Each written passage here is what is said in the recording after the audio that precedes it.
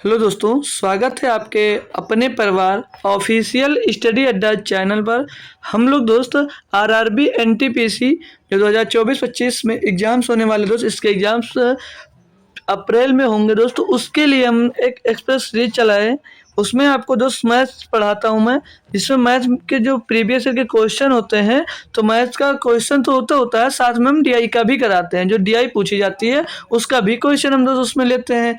और आज इसका जो प्रैक्टिस सेट हम 10 नंबर प्रैक्टिस सेट सॉल्व करेंगे और हम इसका चैप्टर वाइज भी पढ़ते हैं। ठीक है, हम प्रैक्टिस सेट आरआरबी एनटीपीसी के साथ कराते कराते हैं, साथ में आपको चैप्टर वाइज भी पढ़ाते हैं। तो चैप्टर वाइज जो क्लासेस चलती हैं आपकी, वो चलती है मंडे और ट्यूसडे और वेडनेसडे। ये 3 दिन चलती है आपकी प्रैक्टिस सेट। चैप्टर वाइज तो चलता है थर्सडे को और फ्राइडे को और सैटरडे को। ये 3 दिन आपका दोस्त चैप्टर वाइज रहता है और ये 3 दिन आपको दोस्त प्रैक्टिस सेट कराया जाता है। तो ये प्रैक्टिस सेट भी चलती है हमारी और चैप्टर वाइज भी चलता है। तो आपको जो अच्छा लगे, ज्वाइन करना चाहो तो कर सकते हो भाई। और जो डेली क्लासें होती हैं वो सुबह 9 बजे ही होती हैं, सिर्फ डेली सुबह 9 बजे ही होती है। संडे के दिन सिर्फ कुछ स्पेशल होता है और टाइम चेंज होता है, जो आपकी हो टेलीग्राम पे भाई बता दिया जाता है। ठीक है भाई, क्लियर ना? तो सभी लोग आ जाया करो, आप प्रैक्टिस सेट में भी आइए और चैप्टर वाइज भी क्लास में जरूर आइए, ताकि आपका कॉन्सेप्ट जो अभी नहीं क्लियर हुआ वो भी अच्छे से क्लियर हो जाए। ठीक है भाई, तो स्टार्ट करूँ आज का लेक्चर।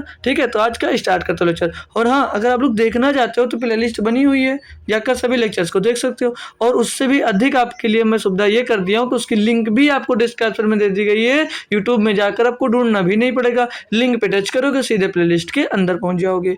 और जो बच्चा अभी तक मेरा टेलीग्राम चैनल नहीं ज्वाइन किया, वो टेलीग्राम चैनल जरूर ज्वाइन कर लेगा। ठीक है ना भाई, टेलीग्राम चैनल ज्वाइन कर लीजिए, ताकि वहाँ पर आप और भी अधिक बेनिफिट आपको दोस्त मिल सके। तो स्टार्ट करता हूँ आज का लेक्चर। 2 बच्चे जुड़ गए हैं, वो क्लास को शेयर कर देंगे और लाइक भी कर देंगे। ठीक है भाई, तो पहला क्वेश्चन एनटीपीसी का है।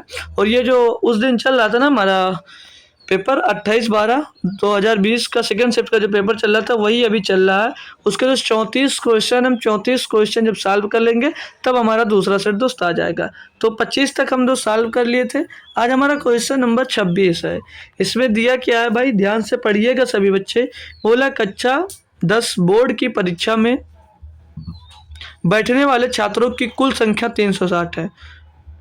टोटल 360 छात्र बैठे थे, में से 10% छात्रों ने ए ग्रेड, 20% छात्रों ने बी ग्रेड, 30% छात्रों ने सी ग्रेड और 40% ने डी ग्रेड प्राप्त किया। यहाँ पर दिया भी गया, ये ए दिया है, ये बी है, ये सी है, ये डी दिया है। ठीक है भाई, और लिखा भी क्वेश्चन में डीआई नहीं होती तब भी कोई दिक्कत नहीं थी। आगे बोल रहा है, दिए गए पाई चार्ट में ग्रेड ए और ग्रेड बी प्राप्त करने वाले छात्रों की कुल संख्या ज्ञात कीजिए। भाई आसान है, ग्रेड ए 10% लोगों ने प्राप्त किया और ग्रेड बी 20% लोगों ने प्राप्त किया। यहाँ पर लिखा भी हुआ है भाई, 10% लोगों ने क्या प्राप्त किया, तो ग्रेड ए प्राप्त किया और 20% लोगों ने ग्रेड बी प्राप्त किया। तो टोटल ये कितने लोग हो गए? 30% लोग हो गए। बोलोगे जी सर, और भैया किसमें से थे? तो 360 का बोला था, कितने कुल कितनी संख्या? तो 360 का 30% आप लोग निकाल दीजिए। 360 का 30% निकालोगे तो कैसे निकालोगे भैया? ये प्रतिशत हट जाएगा, यहाँ से ये प्रतिशत हट जाएगा और इसकी जगह पे इसके बटे में क्या आ जाएगा? तो 100 आ जाएगा। इसके बटे में 100 आ जाएगा, काटोगे 1 2 कर जाएगा, 36 तिया 108। यानी कि भैया तो ए और बी ग्रेड प्राप्त करने वाले छात्रों की कुल संख्या कितनी थी? तो क्या बोलोगे? 108 थी। इतना आसान भाई क्वेश्चन था, सभी को समझ में आ गया हो भाई? तो आगे बढ़ जाऊं, बोलो एक बार जी सर क्लियर, आगे बढ़ जाओ। ये तो इजी डीआई थी यार, इसमें क्या था दिक्कत? ये क्वेश्चन बढ़िया सा दिया गया है। बोले यदि x बराबर a sin t बराबर a sin t comma y बराबर b tan t है, तो a square upon x square minus b square upon y square का मान ज्ञात कीजिए। भाई कर पाओ या ना कर पाओ, लेकिन मैं इतनी बेहतरीन तरीके से इसको अभी आपको दोस्त बताऊंगा कि मज़ा आ जाएगा।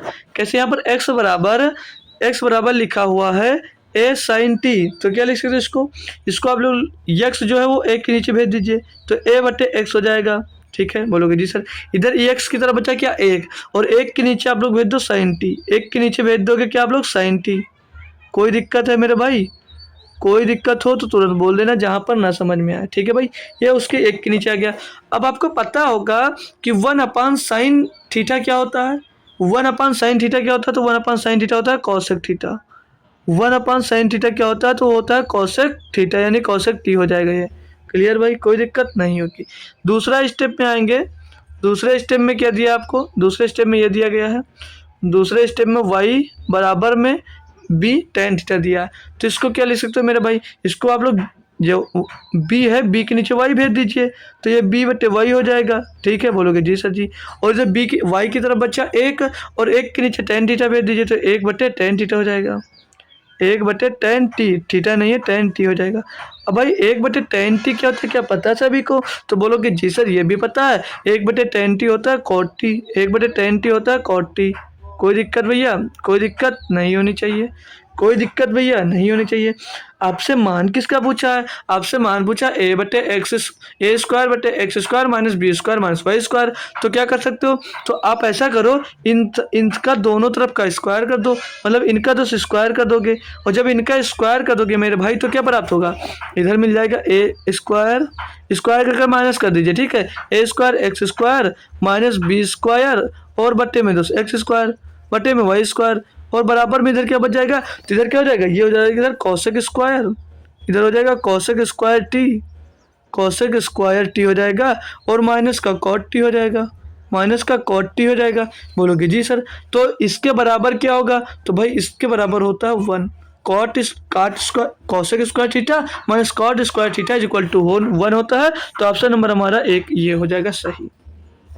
यहाँ पर कंफ्यूजन हुई हो तो देख लेना, समझ लेना सभी बच्चे क्या होता है। तो फार्मूला आप लोगों ने पढ़ा होगा शायद, अगर सर्वे 10th तक तो लगभग सभी ने मैथ पढ़ी होगी, और ये 10th में ही दोस्त पढ़ाया जाता है सभी को। तो फार्मूला क्या दोस्त होता है, ये साइन स्क्वायर, कब ये 1 होता है, तो sine square plus cos square, और साइन स्क्वायर थीटा लिखे ना भाई, थीटा या कुछ भी लिख दीजिए, sine square theta plus cos square theta plus cos square theta is equal to 1 होता है भाई। बोलोगे जी सर, और 1 plus tan square theta is equal to sec square theta होता है, सेक स्क्वायर थीटा होता है भाई। और एक लिख लीजिए जो यहाँ पर यूज हुआ है, 1 plus cot square theta, 1 plus cot square theta is equal to क्या होता है, कॉसेक स्क्वायर थीटा होता है। क्या होता है, कॉसेक स्क्वायर थीटा होता है भाई। ठीक है भाई, क्लियर। ये यहाँ पर यूज हुआ है, यहाँ पर यूज हुआ है, तो क्या बोलोगे सर जी, ये यहाँ पर यूज हुआ है, ये 1 है, जो 1 थोड़ा इधर कर दीजिए ताकि समझ में, ये 1 यहाँ पर है। तो 1 plus cot square theta is equal to cosec square theta. तो ये अगर कॉट स्क्वायर थीटा भेज दोगे इस तरफ, तो क्या हो जाएगा, cosec square theta minus cot square theta is equal to 1 मिल जाएगा। तो इसका ऑप्शन नंबर ए सही है भैया। समझ में जाए ना अच्छे से, कोई दिक्कत तो नहीं थी। स्क्रीनशॉट सभी बच्चे ले लो, सभी लोग इसका स्क्रीनशॉट ले लो, क्योंकि अच्छे से भाई आपको ये समझ में आना चाहिए। बेहतरीन दोस्त ये क्वेश्चन था, बेहतरीन दोस्त ये क्वेश्चन था। बोलोगे जी सर जी। आइए आगे बढ़ जाऊं भैया, कोई दिक्कत तो नहीं है, नहीं होनी भी चाहिए भाई। 28 नंबर क्वेश्चन दिया है, बोला उस सबसे लंबे स्तंभ की लंबाई ज्ञात कीजिए जिसे 10 मीटर, 8 मीटर और 6 मीटर की विमाओं वाले कमरे में रखा जा सके। भाई बढ़िया सा क्वेश्चन, ये क्वेश्चन जीडी में भी काफी आता है। तो मतलब ये जब इस टाइप का दोस्त दिया हो आपको, इतनी इसकी बीमारियां दी गई हैं, तो यहाँ पर जानते हो क्या पूछ रहा है आपसे, घनाभ का विकर्ण। यहाँ पर घनाभ का विकर्ण निकालना होता है, घनाभ के विकर्ण का फार्मूला लगभग सभी बच्चे को आना चाहिए। सभी बच्चे को घनाभ के विकर्ण का फार्मूला आता है या नहीं आता, ये बता दीजिए सभी लोग बच्चे दोस्त, ये बता दीजिए। घनाभ का विकर्ण का फार्मूला आता है, आता हो भाई तो कमेंट करें। जी सर लिख नहीं पाओगे कमेंट में, तो जी सर तो कमेंट ही कर सकते हो कि जी सर आता है। तो घनाभ के विकर्ण का फार्मूला क्या होता है, जैसे मान लीजिए कोई बोल दिया जाए एक रूम है, एक रूम बता दिया जाए आपसे, घनाभ बन जाएगा यार, अच्छा या ना बने हमसे, 1 मिनट।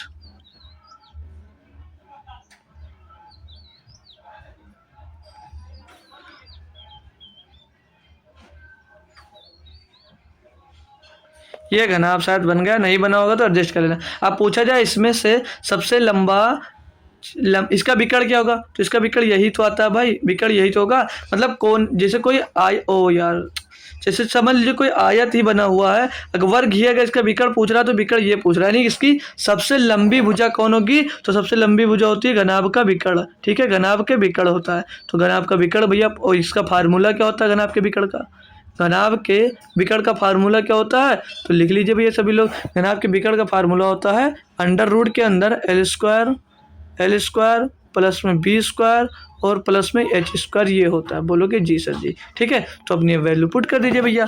एल स्क्वायर यानी 10 का स्क्वायर क्या हो जाएगा, 200 हो जाएगा, और 8 का स्क्वायर कितना हो जाएगा, 64 हो जाएगा भैया, और 6 का स्क्वायर 36 हो जाएगा। ये टोटल 100 200 हो जाएगा भैया। अंडर रूट के अंदर ये 200 आ जाएगा। अब 200 से बाहर निकालोगे तो इसको अंडर रूट के अंदर भैया 100 और गुणे में 200 लिख सकते हो। बोलोगे जी सर। तो 100 जब बाहर आएगा तो बाहर 10 हो जाएगा और अंडर रूट के अंदर क्या बचेगा, 2। तो 10√2 इसका सही जवाब हो जाएगा। ऑप्शन नंबर भैया सी सही जवाब है। आ गया ना अच्छे से समझ में। चाहता भाई तो इसको तुरंत फार्मूला दिखाता और उड़ाकर फेंक देता, लेकिन भाई आपको समझाना, ठीक है। चलो आगे चलते हैं भाई।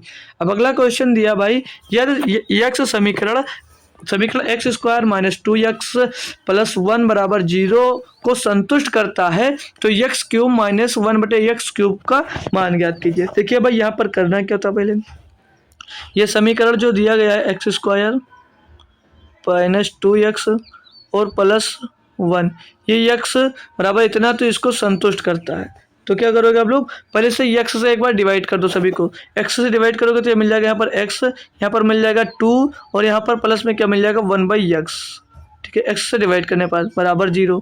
बोलोगे जी सर। अब और क्या और सॉल्व करोगे तो मिल जाएगा x प्लस का 1/x और बराबर में 2, क्योंकि 2 इधर माइनस का उधर भेज दिया प्लस का हो गया। यहाँ तक कोई दिक्कत। अब क्या करो दोस्त, अब यहाँ पर देखिए लिख लीजिए भाई, सभी लोग लिख लेना। x का कौन सा मान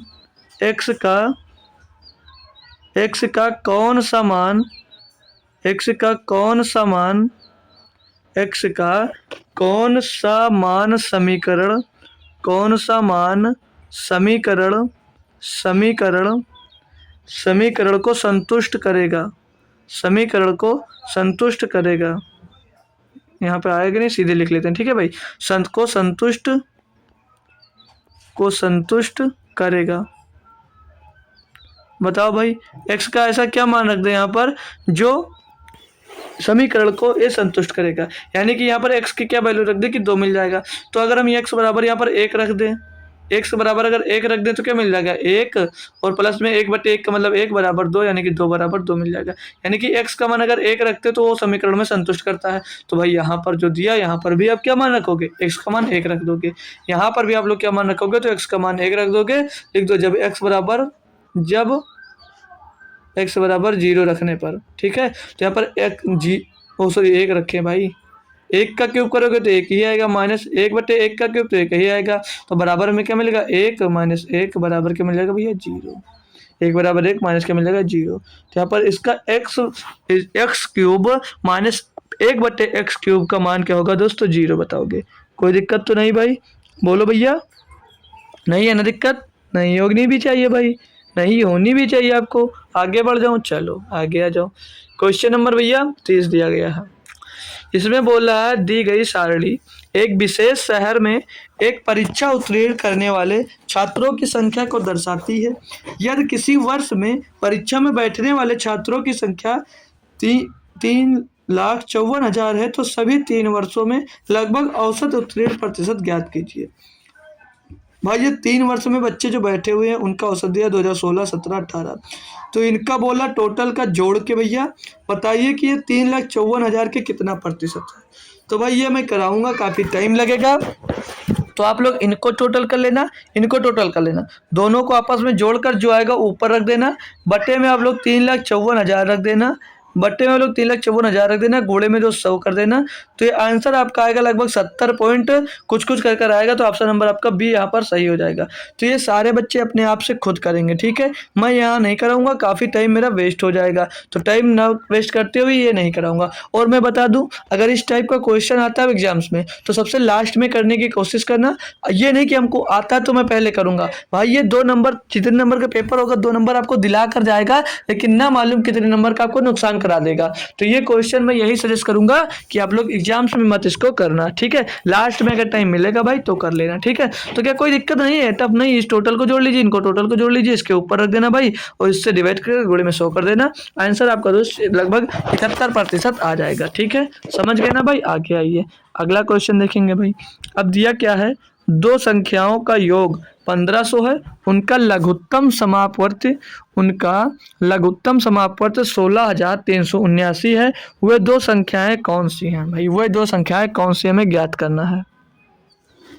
यानी कि इसमें बोल रहा है, चल जा भाई, यानी कि इसमें बोल क्या रहा आपसे, first number plus second number is equal to 1500, यही बोल रहा है ना, यही बोल रहा है मेरे भाई। योग देखकर आप लोग ऑप्शन से जा सकते हैं। तो जोड़ेंगे 1479 और 11 1500, 15 सारे भैया 1500 ही दिए गए, ऑप्शन हमारा फेल हो गया। भाई इनके फैक्टर देखें अगर, तो जो एलसीएम गुणे एचसीएफ होता है भाई, एलसीएम गुणे एचसीएफ होता है, किसके बराबर होता है? दोनों नंबर के फैक्टर के बराबर होता है, दो नंबरों के फैक्टर के बराबर होता है। क्लियर भाई? काफ़ी भाई बड़ा बड़ा नंबर है। अगर इसको प्राइम नंबर से करें तो यहाँ पर अगर हम लोग मान लें कि हमारा HCF 1 है, हम मान लें यहाँ पर कुछ देर के लिए हमारा अगर HCF 1 है तो एलसीएम कितना दिया है, तो एलसीएम कितना हो जाएगा? 16,000 है भाई, 16,379 दिया गया है भाई। तो मैं कह सकता हूँ भाई कि जो इसके टुकड़े होंगे भाई, जो इसके टुकड़े होंगे, मतलब जो एलसीएम के टुकड़े होंगे वही इन संख्या के टुकड़े होंगे भैया, क्योंकि बराबर है ना भैया। हम अपना एचसीएफ 1 मान लिए हैं, तो जो इसके टुकड़े होंगे वही अपने संख्या के टुकड़े होंगे कि नहीं होंगे? बोलो भाई। अब ऐसे टुकड़े आपको पहचानने हैं जो इस संख्या को वो सेटिस्फाई कर दे जाए, मतलब कि इसके बराबर हो जाए। और अब मैं अगर ऑप्शन से जाऊं और अगर मैं ले लूं कि 11, मतलब सबसे छोटा फैक्टर इसी से चेक करता हूँ, तो अगर मैं 11 से चेक करता हूँ कि ये 11 का मल्टीपल है दोस्त, ये सब 11 के मल्टीपल है कि नहीं है, ये सारे जो दिया गया है ये 11 के मल्टीपल है या नहीं है भैया? क्योंकि अगर 11 से मल्टीपल होगा तो 1479 आ रहा होगा, तो ये हो जाएगी संख्या हमारी यही दो। तो ये जो दिया गया क्या, 3 1 4, 4 और 9, 9 4 13 और 7 6 13, मतलब ये भैया 11 का मल्टीपल है, ये 11 का मल्टीपल है, तो ये आंसर हो सकता है। जैसे अब जैसे यहाँ पर देखिए दिया आपको 16,379, 16,379 को भैया 11 से गुणा 1489 में गुणा करने पर ही तो ये आया होगा। तो गुणा करके इसको 11 से अगर भाग देकर देख लें कि 1479 आएगा, भाग करके देख लीजिए। तो 11 का नम 11 बचेगा 5, हो जाएगा भैया 53। तो 11 चौक 44 बचेगा 9, हो जाएगा 97। तो 11 8 88 बचेगा 9, हो जाएगा 99, 11 99।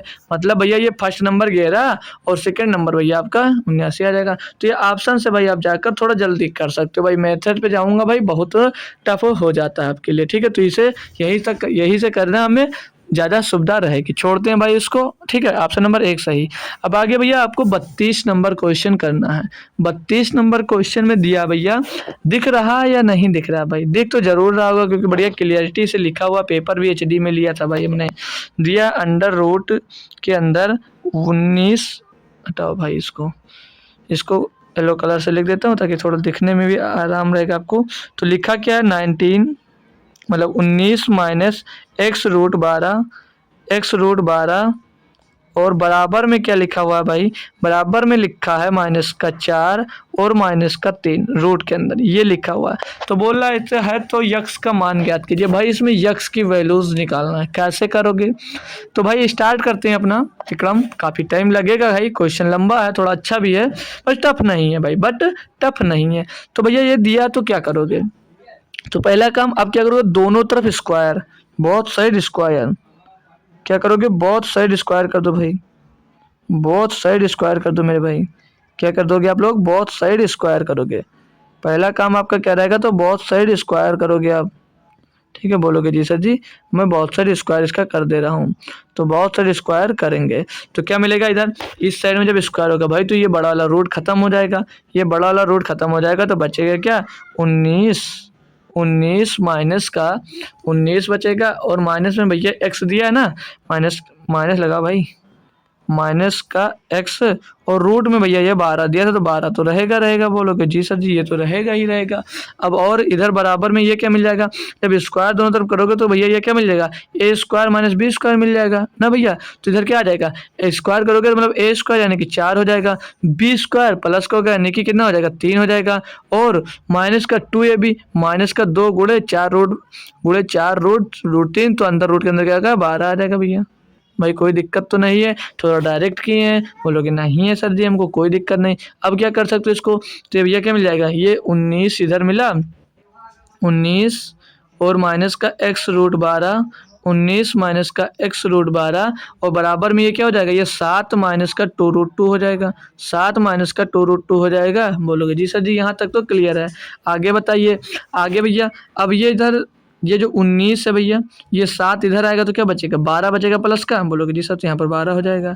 और भैया बराबर लगाइए, हम अपना जो ये x रूट 12 है उस साइड में धकेल लेते हैं अपना, मतलब इस साइड भेज देते हैं, तो इधर माइनस का इधर आएगा तो प्लस का हो जाएगा, तो इधर क्या आएगा सॉरी दोस्तों, इधर x रूट 12 हो जाएगा, x रूट 12 माइनस इधर 2 रूट 2 दिया, 2 रूट 12 दिया था ना पहले से, 2 रूट 12 दिया था। बोलोगे जी सर जी।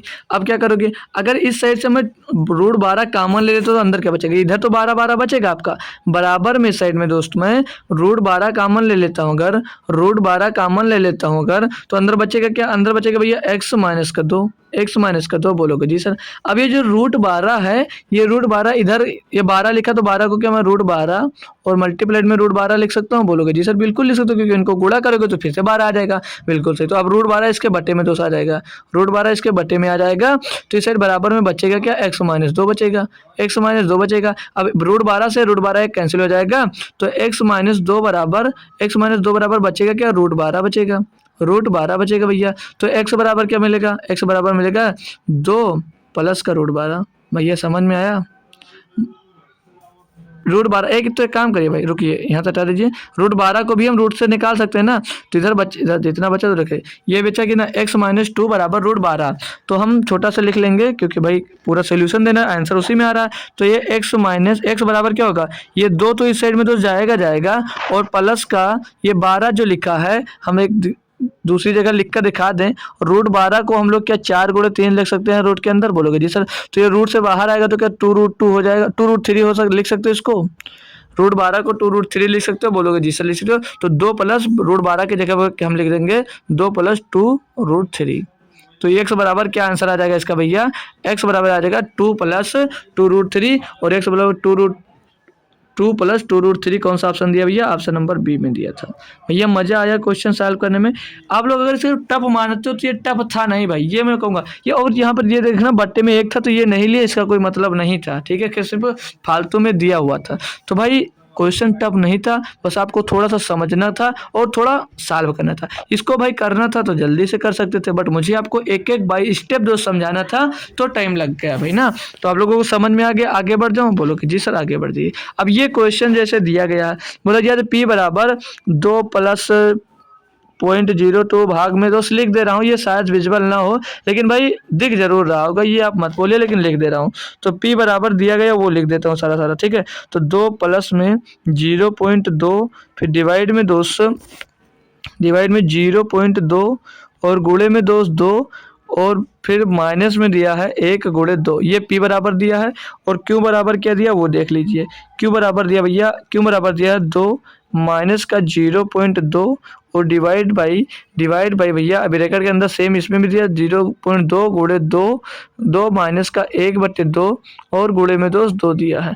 तो पूछा जा रहा है p बट्टे क्यू क्या होगा, तो पूछा जा रहा है इसमें p बट्टे क्यू क्या होगा।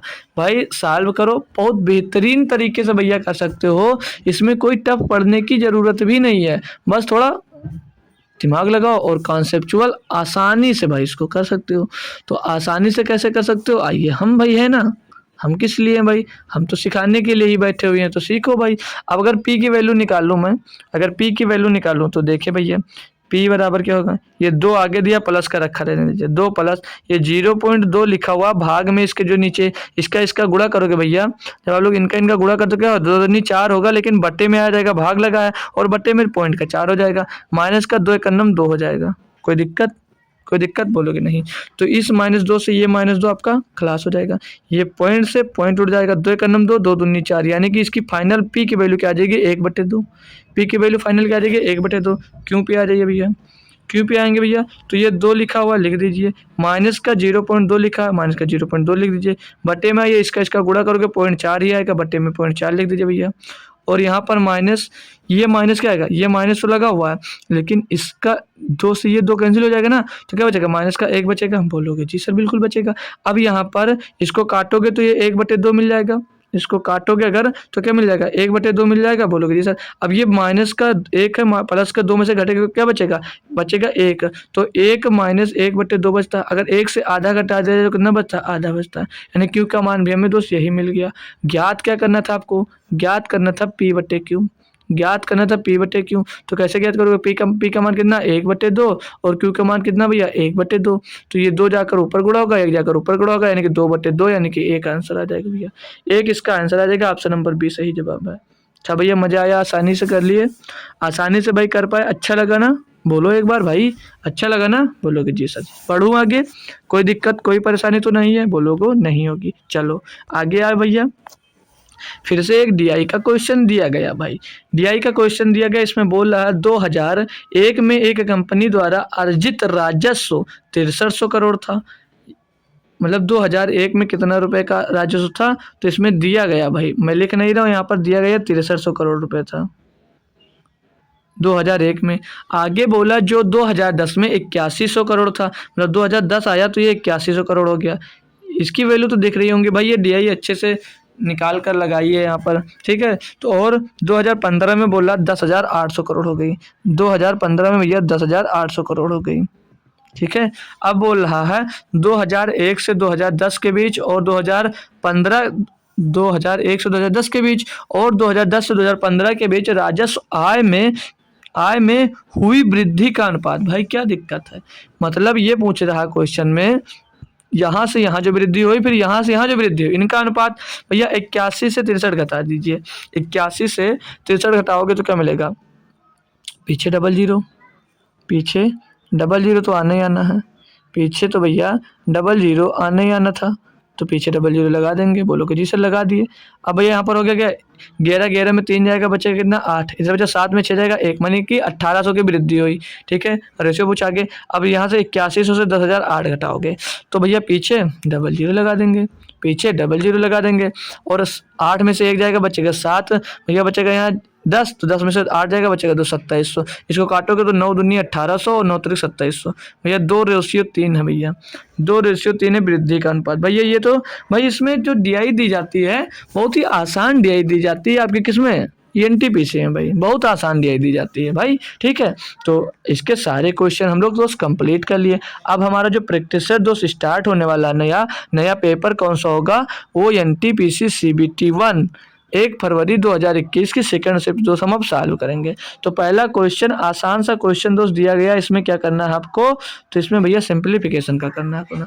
तो भैया ये दिया 8 माइनस 6 प्लस 3, तो भैया 8 और 3 जुड़कर कितना हो जाएगा 11, 11 माइनस 6 करोगे सीधे क्या आ जाएगा 5, तो यहाँ पर इसकी टोटल वैल्यू क्या आ जाएगी 5, इसकी टोटल वैल्यू क्या आ जाएगी 5 ना, 8 3 11 में से 6 जाएगा कितना बचेगा 5। बोलोगे जी सर जी, इसको सॉल्व करो, 5 में से भैया ये जो 4 है और ये 5 जब माइनस जो लगा है, ये माइनस इंटर होगा तो माइनस का 5 हो जाएगा, उसमें 4 घटेगा तो क्या हो जाएगा माइनस का 1 आ जाएगा। अब जब ये वाला माइनस इंटर करेगा तो ये प्लस का हो जाएगा, और ये 15 लिखा तो 15 इसमें जुड़कर क्या हो जाएगा, ये 16 हो जाएगा भैया, और ये 20 आगे आ गया तो 20 माइनस 16 लिखा है, तो 20 माइनस 16 क्या हो जाएगा 4 हो जाएगा। ऑप्शन नंबर 1 सही जवाब है।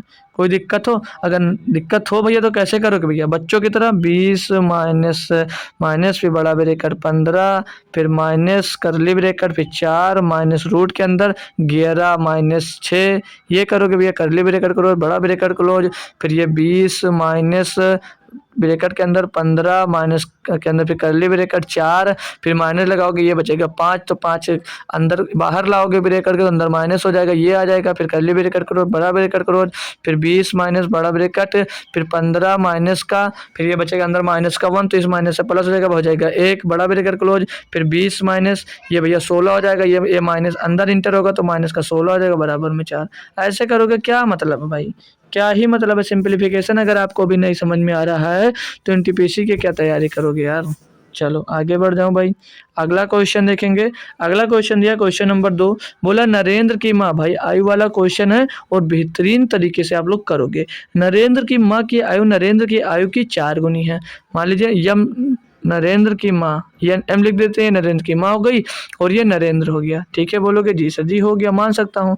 तो बोला था क्या कि नरेंद्र की माँ की आयु नरेंद्र की आयु से 4 गुनी है, यानी कि इनकी आयु जो ये 4 है तो नरेंद्र की आयु 1 है। यही तो बोला है ना, बोलोगे जी सर जी। आगे बोला 4 वर्ष पहले उनकी माँ की आयु उसकी तत्कालीन आयु से 6 गुनी थी, यानी कि ये 4 वर्ष पहले, माने कि -4, 4 वर्ष पहले जो बोल रहा है ना उसकी तत्कालीन आयु से 6 गुनी थी, यानी कि इसकी आयु जब 6 थी तो इसकी आयु 1 थी। यही तो बोला, बोलोगे जी सर जी। तो उन दोनों की वर्तमान आयु ज्ञात कीजिए, उन दोनों की वर्तमान आयु ज्ञात करना है। तो क्या करना है देखिए भाई, इनका इनका और इनका इनका गुणा कर दीजिए, तो 6 और माइनस का 4 क्या मिल जाएगा, 2 अनुपात, 2 अनुपात में मिल जाएगा। बोला कि दोनों की वर्तमान आयु ज्ञात करना है। आप क्या करोगे भैया, तो ये इनका रेशियो क्या मिला, 2 अनुपात, 2 अनुपात लिख लीजिए भैया, 2 अनुपात, और 2 अनुपात बराबर क्या होगा, अभी वो भी निकाल के दे रहा हूँ, देख लीजिए भाई। अब आपको गुणा किसका किसका करना है, तो इनका इनका गुणा करिए और इनका इनका गुणा करिए, घटा दीजिए। तो 4 चौक 16, 4 चौक 16 माइनस का 16 और 4 चौक 16, तो ये हो जाएगा कितना, 4 4 का नाम 4 माइनस का 4, यानी कि टोटल कितना आ जाएगा, 2 अनुपात बराबर कितना मिल रहा है भैया, ये 20 मिल रहा है ना। 4 चौक 16 और 4 20, 2 अनुपात बराबर ये 20 मिल रहा है। तो 1 बराबर कितना हो जाएगा भैया, 10। पूछा क्या था भैया, तो उन दोनों की वर्तमान आयु का रेशियो कितना था, 4 और 1 में। तो इनकी कितनी हो रही होगी भैया, 40 वर्ष उनकी माँ की, और नरेंद्र की आयु 10 वर्ष रही होगी। पूछा क्या भैया, 10 और 40, ऑप्शन नंबर 1 में दिया, ऑप्शन नंबर 1 सही जवाब, ऑप्शन नंबर 1 आपका सही जवाब हो जाएगा। अगला क्वेश्चन देखेंगे भाई। अगला क्वेश्चन दिया निम्नलिखित का मान ज्ञात कीजिए दशमलव के बाद 3 अंकों तक। भाई ये इतना आसान क्वेश्चन है, कैसे करोगे भाई, यूनिट डिजिट देखते कभी सीखा है।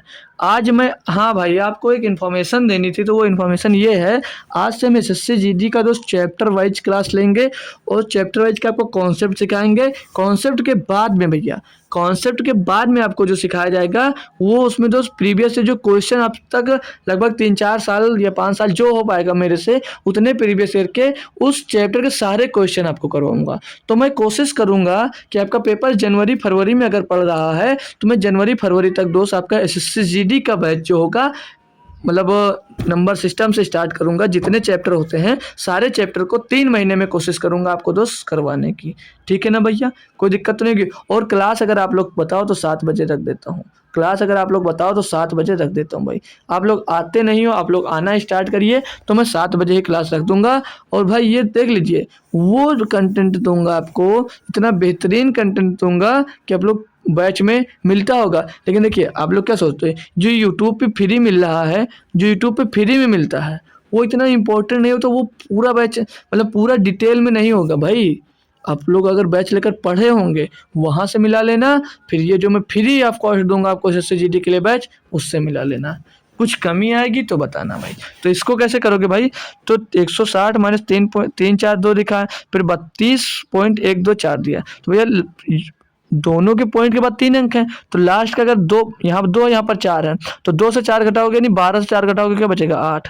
और 8 जैसे देखोगे भैया सिर्फ आपको ऑप्शन नंबर डी में दिखेगा, आपको सिर्फ ऑप्शन नंबर डी में 8 दिख रहा है यूनिट डिजिट, तो ऑप्शन नंबर डी सही हो जाएगा। कुछ आगे मत करना, ठीक है, आगे आप कुछ मत करना। अगला क्वेश्चन देखेंगे भाई 4 नंबर। अब दिया रूट 29.16 प्लस रूट, लिख दें भाई, लिखेंगे नहीं, दिख रहा होगा यार, नहीं दिख रहा तो 360 पे कर लीजिए भाई, सभी को दिखेगा। ठीक है, फिर प्लस में दिया है रूट के अंदर 0.2916, फिर दिया है प्लस में ब्रैकेट के अंदर 0.002916, फिर प्लस में दिया ब्रैकेट के अंदर 0.000296, ये दिया भाई।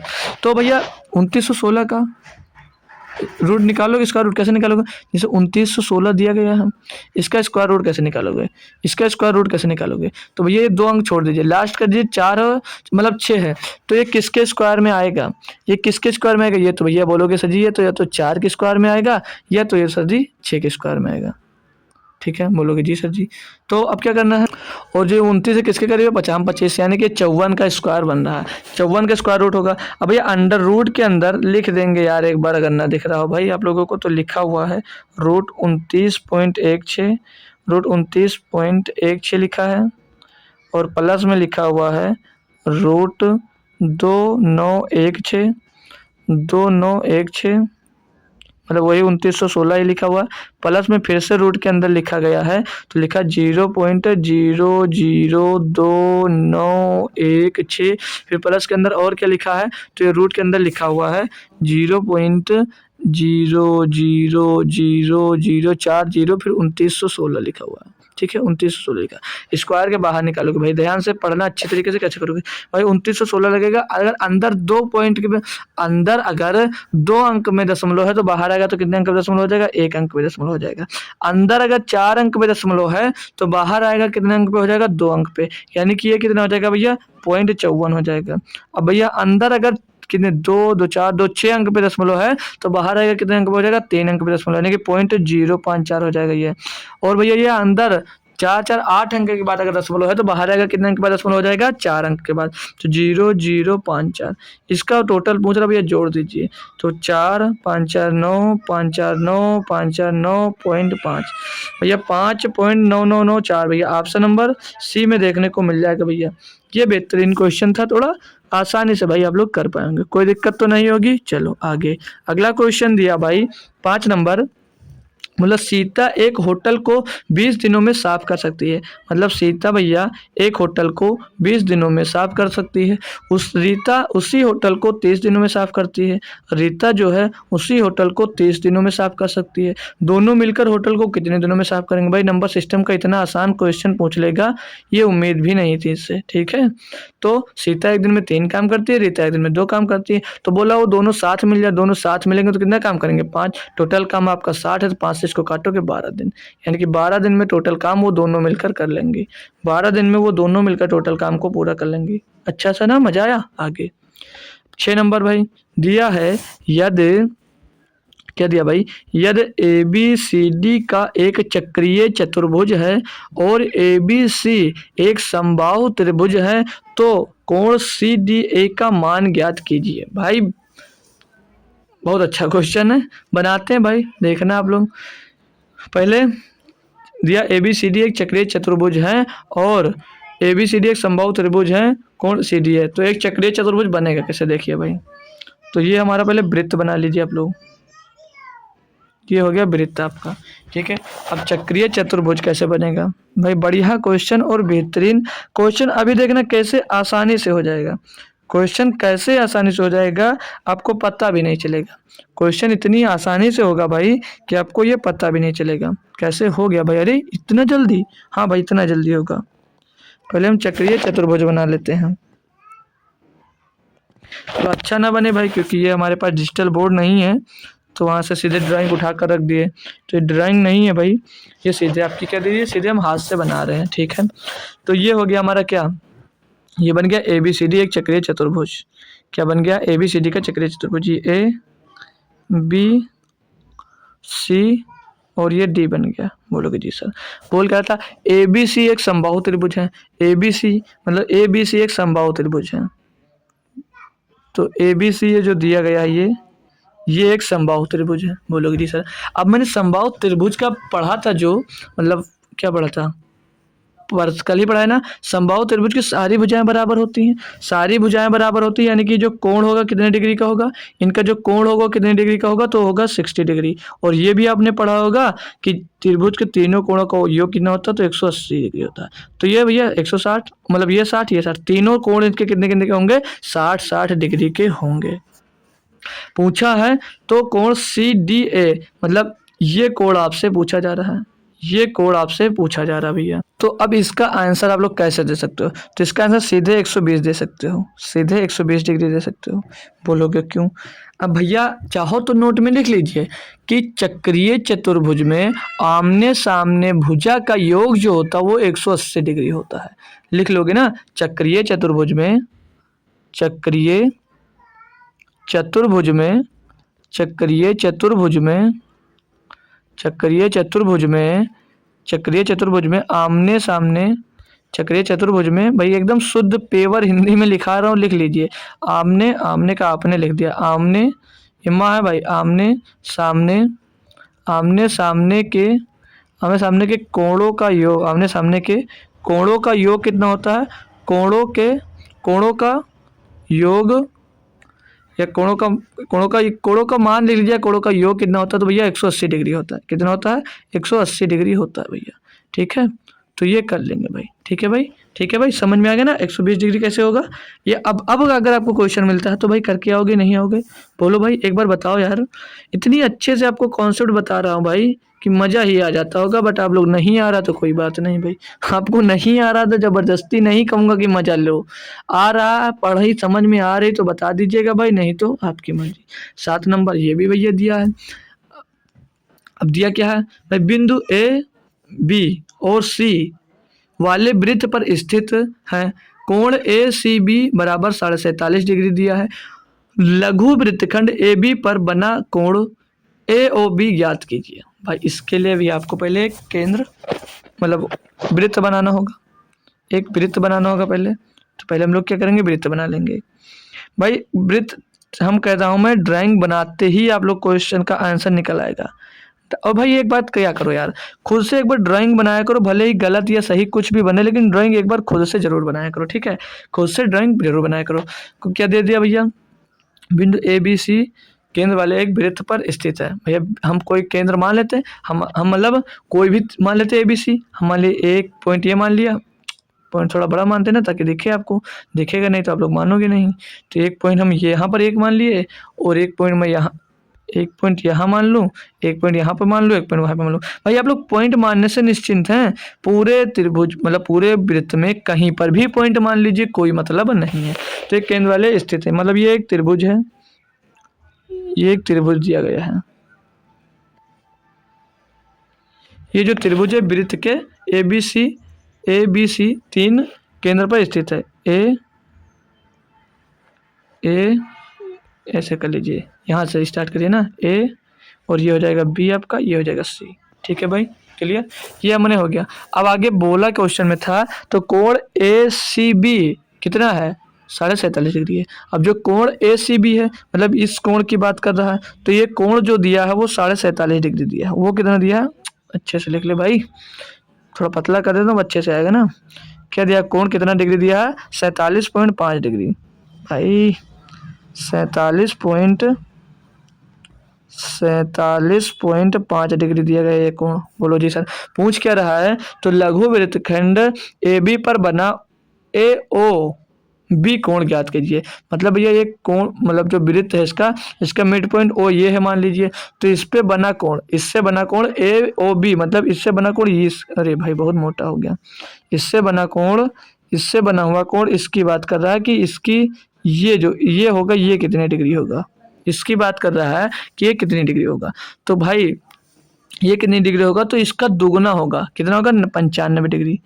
95 डिग्री होगा। कैसे होगा? मतलब लिखा दे रहा हूँ, ये लिख लीजिएगा भाई, लिखा दे रहा हूँ, लिख लीजिएगा कि किसी वृत्त में जीवा के केंद्र पर बना चाप द्वारा कोण परिधि पर बने कोण का 2 गुना होता है। लिख लेंगे भाई, सभी लोग लिख लेंगे। क्या लिखेंगे? कि किसी, क्योंकि भाई बहुत इंपॉर्टेंट पॉइंट लिखा रहा हूँ भाई, किसी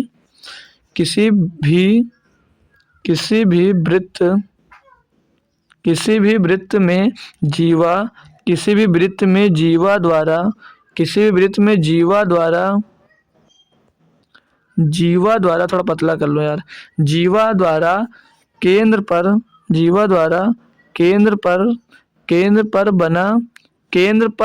बना बिना चाप द्वारा कोण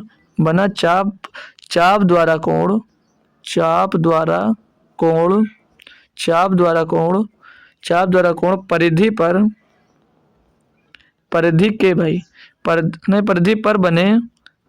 पर बने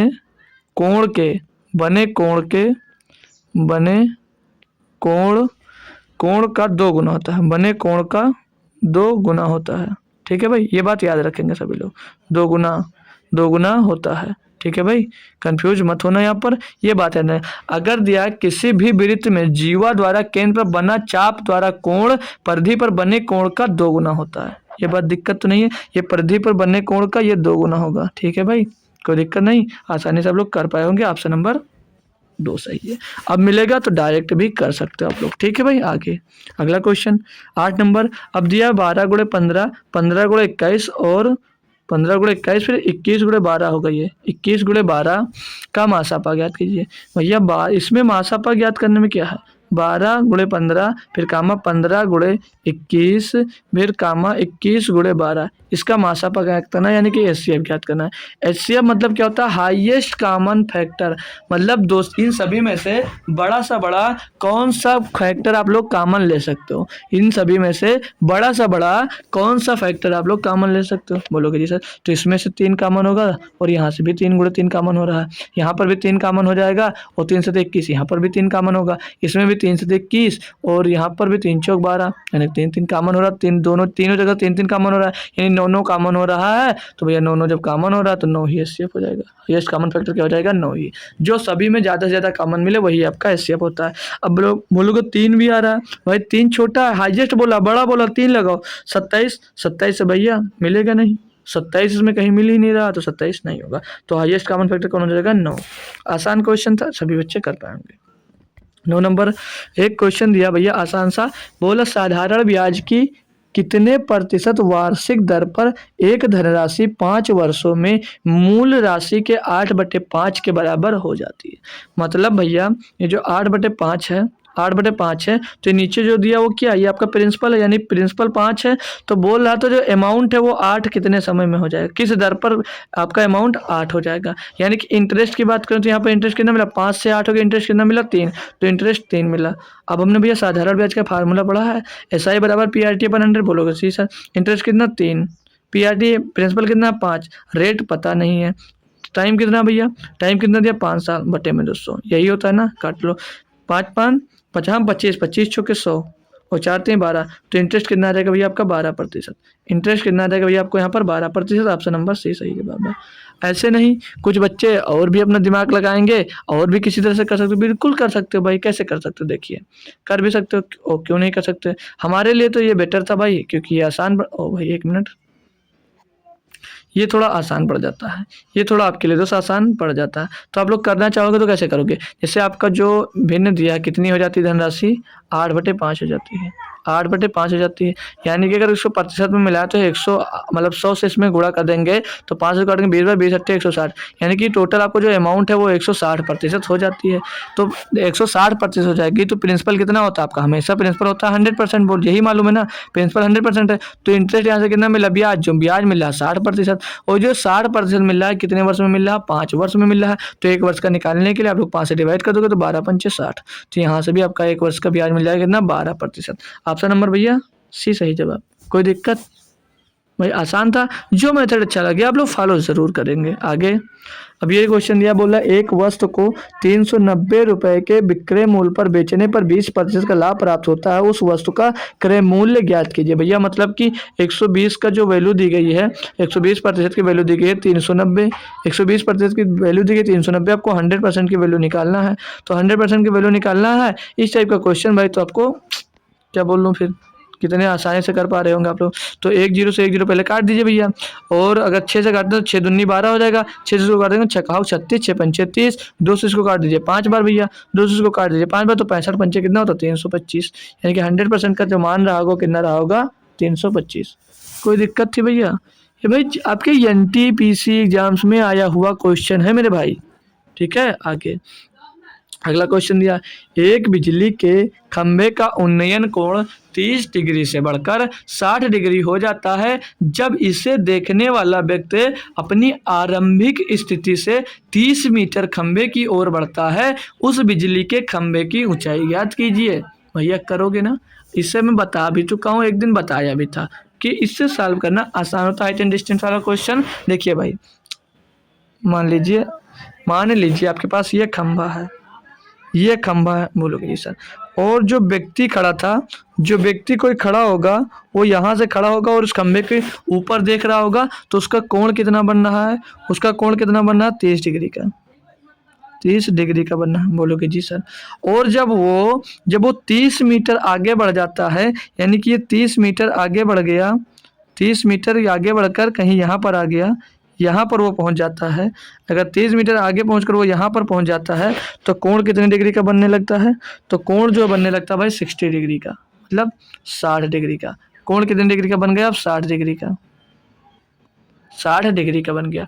मतलब कि ये दूरी कितनी है? ये 30 है, मतलब ये डी बराबर, जो ये दूरी जितनी बढ़ा वो डी बराबर कितना दिया था? 30 डिग्री दिया था, 30 मीटर दिया था।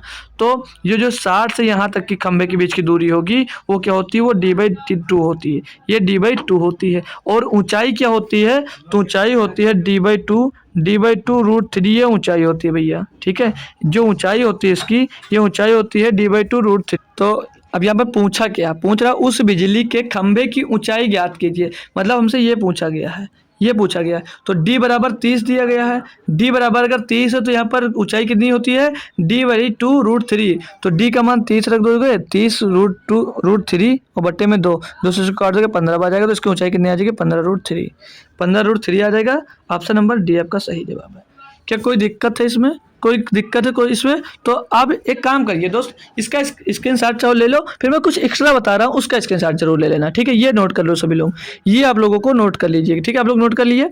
नोट कर लेना भाई, जी सर नोट कर लिए। अभी मैं बता दे रहा हूँ, वो आप लोग कुछ थोड़ा याद लिख लीजिए ना, थोड़ा कुछ लिख लीजिए। हाँ अब देखिए यहाँ पर क्या करना है आपको, यहाँ से आप लोग कुछ बना दे रहा हूँ भाई, कुछ फार्मूले लिखा दे रहा हूँ हाइट एंड डिस्टेंस के, वो लिख लेंगे सभी लोग भाई, वो सभी बच्चे दोस्त लिख लेंगे।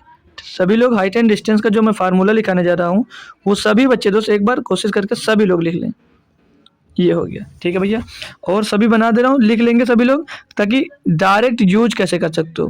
ये चैप्टर इजी सबसे होता है, बस आपको याद होना चाहिए भाई, बस आपको याद करने की थोड़ी ज़रूरत होती है कि क्या होगा, क्या फार्मूला होगा इसका। ये सब थोड़ी छोटी छोटी बातें आप लोग अगर याद रखते हो तो भाई सबसे जल्दी यही चैप्टर का दोस्त क्वेश्चन सॉल्व होता है आपका। अभी देखा ना हमने कैसे कर दिया वो वाला क्वेश्चन चुटकियों में, वैसे ही भी आप लोग भी चुटकियों में दोस्त करोगे, बस पता होना चाहिए। मान लीजिए अगर ये 30 डिग्री का कोण, अगर ये आपका 30 डिग्री का कोण है, 30 डिग्री कोण है, और उसके साथ में 60 डिग्री बन रहा है, 60 डिग्री का एंगल भी बन रहा है, तो 60 डिग्री का एंगल बन रहा है। तो अभी मैंने सिखाया कि ये जो दूरी टोटल होगी डी होगी, और ये जो टोटल इनके बीच की डिस्टेंस होगी वो d/2 होगी, वो d/2 होगी, और इनकी ऊंचाई जो होगी वो क्या होगी? d/2√3 इनकी ऊंचाई होती है।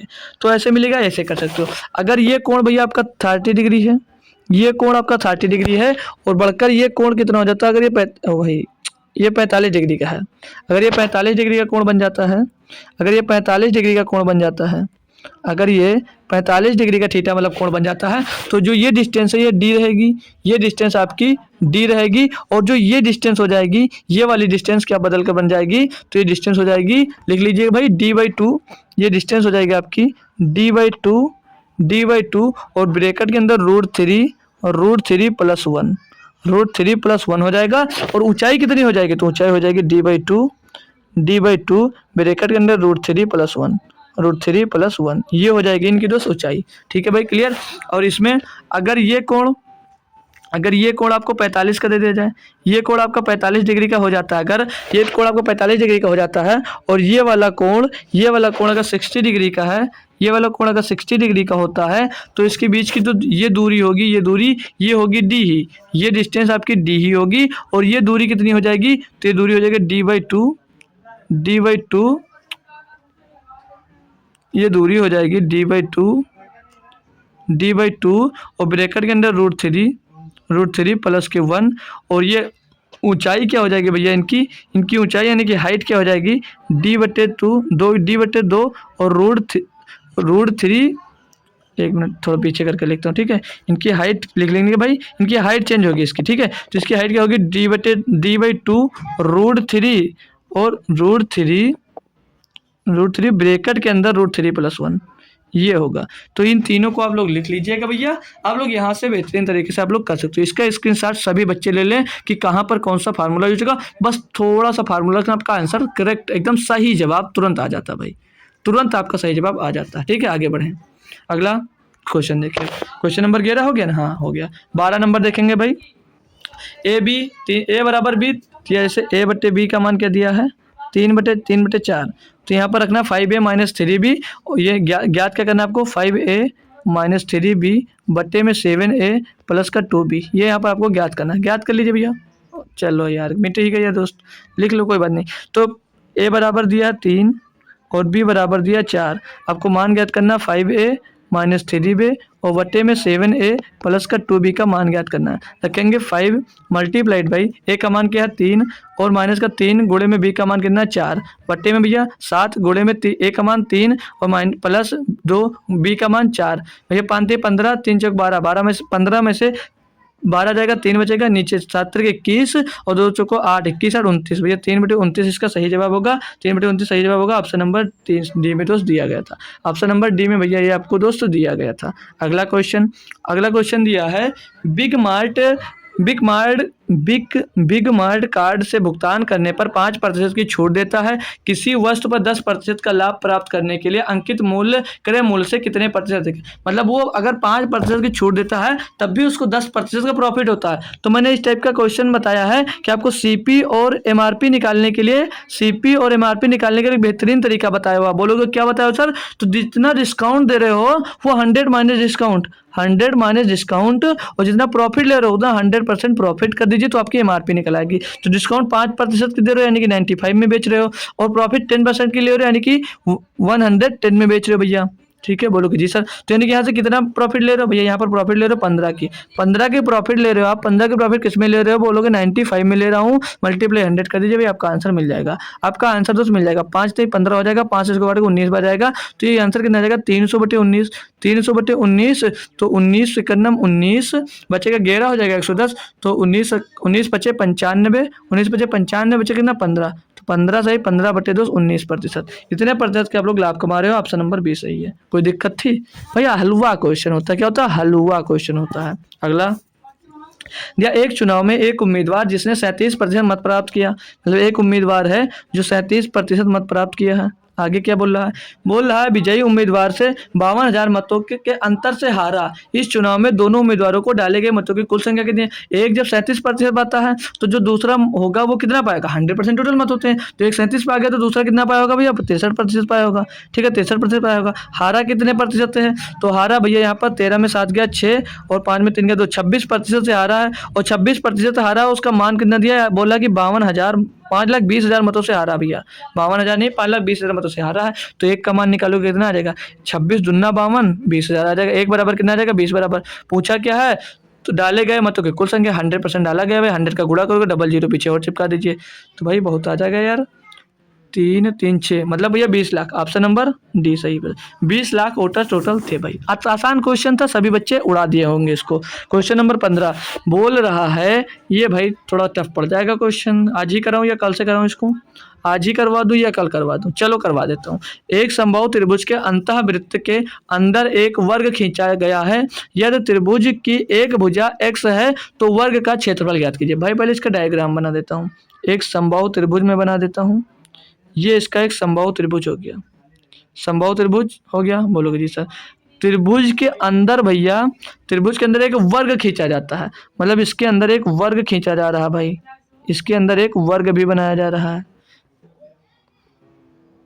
अंतःवृत्त भैया त्रिभुज के अंतःवृत्त मतलब इसके अंदर एक वृत्त बनाया जाता है। फिर क्या बोला? अंदर एक वर्ग खींचा जाता है। इसके अंदर भी भैया एक वर्ग भी बनाया जाएगा। भाई बहुत हार्ड है भैया। इसके अंदर आप लोग एक वर्ग बनाओगे तो वर्ग एक बना देंगे हम भाई। अगर थोड़ा एग्जैक्ट नहीं बनेगा तो भाई कोई दिक्कत नहीं है, बट आप लोग समझने के लिए आपको मैं भाई कैसे भी कर बना दूंगा भाई। ठीक है, तो इसके अंदर एक वृत्त भी बना दिया मैंने। इसके अंदर एक वृत्त भी बना दिया।